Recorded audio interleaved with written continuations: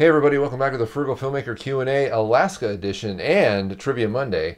This is the show where you send me your filmmaking questions and I try to answer them, but remember, it's just my opinion.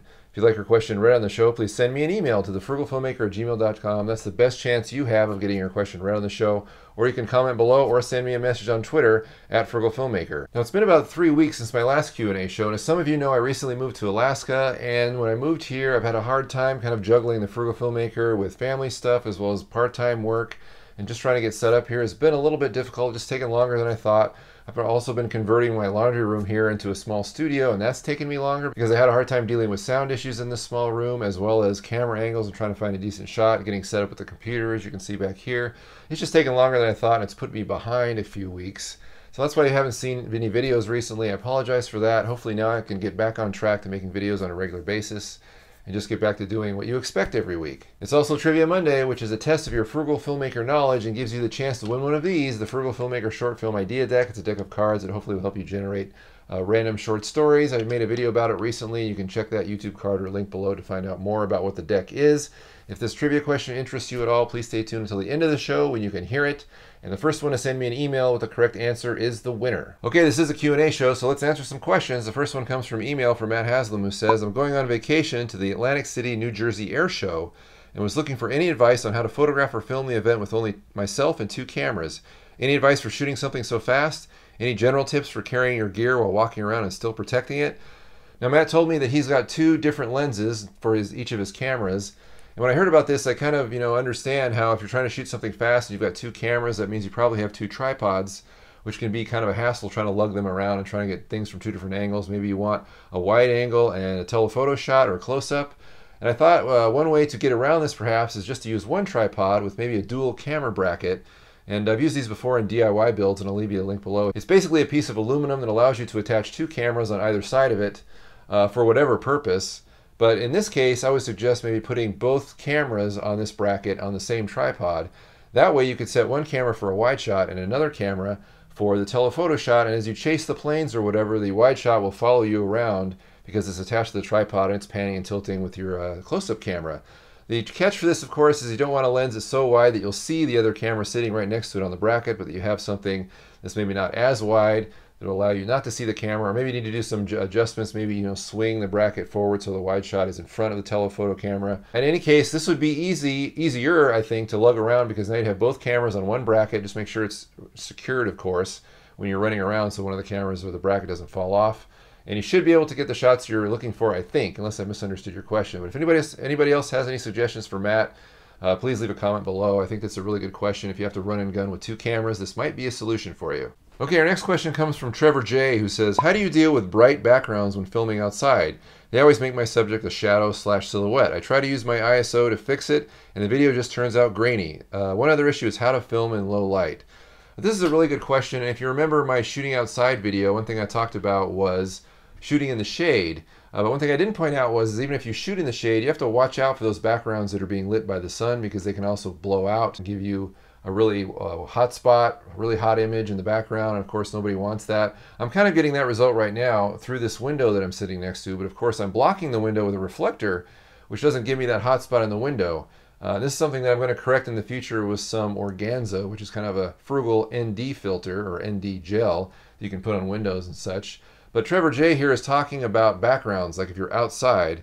What do you do when you're shooting? Maybe you've got your actor in the shade because you should have them in the shade so you can expose them properly. Because we all know the problem if you have a white hot background and someone in the shade and you try and set the exposure to the person in the shade by bringing the level up or opening up your iris or aperture, you're going to blow out that background because you're sending more light in, and that just looks even worse. If you recall, when I shot outdoors when I was doing my Q&A show in Utah, I was always in the shade, but the whole shot was in the shade. Not just me in the foreground, but the background was in the shade as well. So if you can do something like that, if you're shooting by a house or whatever, just make sure that everything is in the shade so that everything is the same level that you can shoot at. Now, of course, the other question is, well, what if I don't have that option? What if Trevor doesn't have that option? What if he's got, a C-stand or something that's shading his actors so they're exposing properly, but then the background is white hot? What do you do about that? Well, the only thing you really can do is to not put them in the shade, or maybe bring in a light so that you give them more light on their face to match the background. So then you're not having that whiteout problem in the background, but you actually have your subject in the foreground and your background is at the same level. So when you adjust your aperture, they are both going to expose properly. Now, of course, this means you have to have some kind of lighting you can use outside, which means portable power if you don't have a generator or something like that. This can cause kind of a problem, of course, because now you have more moving parts in your shot that you have to deal with. But if you cannot get rid of that background by moving, and you have to deal with it, you're going to have to bring up a light and bring up the exposure on your actor's face to match the background. When you're shooting in low light, you have to understand the limitations of your camera. You need to know what ISO level you can go up to before it starts getting grainy, because you don't want grain in your picture unless you're going for the grainy look. Most people aren't, so know what ISO level the grain starts hitting. For me, it's after 1600 ISO. I can't go higher than that before I start adding grain. So what do you do about that? Well, you bring in more light, and if that means portable power, you bring in more power. But if you're more concerned about your image than the hassle it takes to have the right level, which you should be anyway, because you want to get the best image possible no matter what camera you have, then you'll be fine. Again, any comments below you can add for Trevor are much appreciated. Okay, our next question comes from Thato, who says, how do I achieve a high angle shot with the camera facing straight down with basic equipment? The top down shot, sometimes it's called a God shot because you're looking straight down on your subject matter, whatever it is. I had a shot like this from one of my short films, Conversation Hearts. It was shot straight down on a table. We've seen it in a lot of Scorsese films probably. It's not that uncommon to see it, but how do you do it? It's not really that difficult. If you built something like the Frugal crane and you have some way of extending a pole over the top of your subject and shooting straight down, you can of course do this with a tripod. If you just have somebody secure it on top of a ladder, you can do it with a monopod attached to a tripod. There are lots of ways. You can do it with a tripod itself that you extend as high as it will go, and then just kind of maybe lean it forward a little bit, of course securing it somehow so it doesn't tip over. You don't want that, but if you can just get above your subject. When I did my short film Meredith, we had a shot where the married couple was in bed, so we had a top-down shot, more or less. It was a little bit of an angle, but there was actually a bed frame in the apartment that went over the top or was raised, so we were actually able to sit on top of that bed frame and shoot them at that angle. Kind of just have to look around and see what's available to you. If you have nothing available, a tripod should work. You just have to back up a little bit, raise your camera all the way and tilt it forward, and then shoot straight down. Of course, you don't want to see your tripod legs in the shot. Any suggestions anyone else has for a shot like this, please leave a comment below. Our next question is an audio question from Omar, who says, I recently got a wireless lav system, and when I plug the receiver into my Canon T3i, I'm getting a terrible hiss.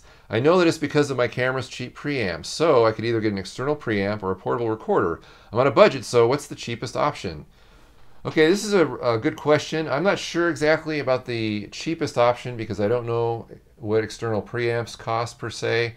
However, I'd be willing to bet that they were close to the price of an external recorder. Like the Zoom H1 is my favorite pick for an external recorder. You can get them for $70 to $80 on eBay. I'm not talking about used. If you go used, you could probably get them for about 50 bucks. But that's a great external recorder, entry-level external recorder, and you can use it for a lot more things than just getting audio to go into your camera or just recording double system sounds from your actors. You could use it for collecting sound effects, recording voiceover narration, etc., etc. So it's very, very useful and has more than one purpose. So that's what I would recommend getting because it's really, really worth your money and it's a great investment opposed to a preamp, external preamp, which really only has one purpose if you're going into your camera. And I agree with you, the camera preamps are terrible. I don't recommend using them. Even boosting a weak signal into your camera isn't always the best solution because your sound will be better if you're going into a dedicated audio device that has preamps that are designed for recording sound and not just ones that are kind of thrown in there as a feature, which is typically what most camera preamps are. Now, if you don't want to sync and post, which is when you take your sound and your picture and you marry them together in post, if you want everything pre-synced, then yes, the external preamp might be a better idea. You can also use your external recorder as a preamp if you check some YouTube videos where you're running your mic into your recorder and then your headphone out into the camera. That can work as well, so you might be able to get away with that. But I would just bypass that process entirely and just go into an external recorder because your sound is just going to be better. Okay, our final question comes from Jesse Edwards, who says, I just got the Audio 2000's UHF wireless lav mic system, another mic question, which has been working out great, but I've been dealing with one issue. The receiver requires power from a wall outlet.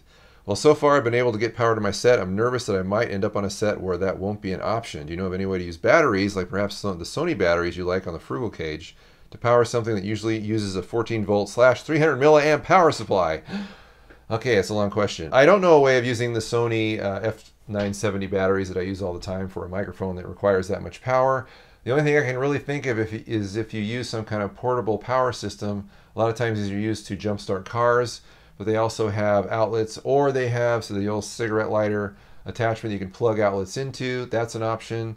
Harbor Freight Tools has a pretty good one that has a pretty high storage capacity for about $50. Might want to look into that. But again, I don't know how long those systems last.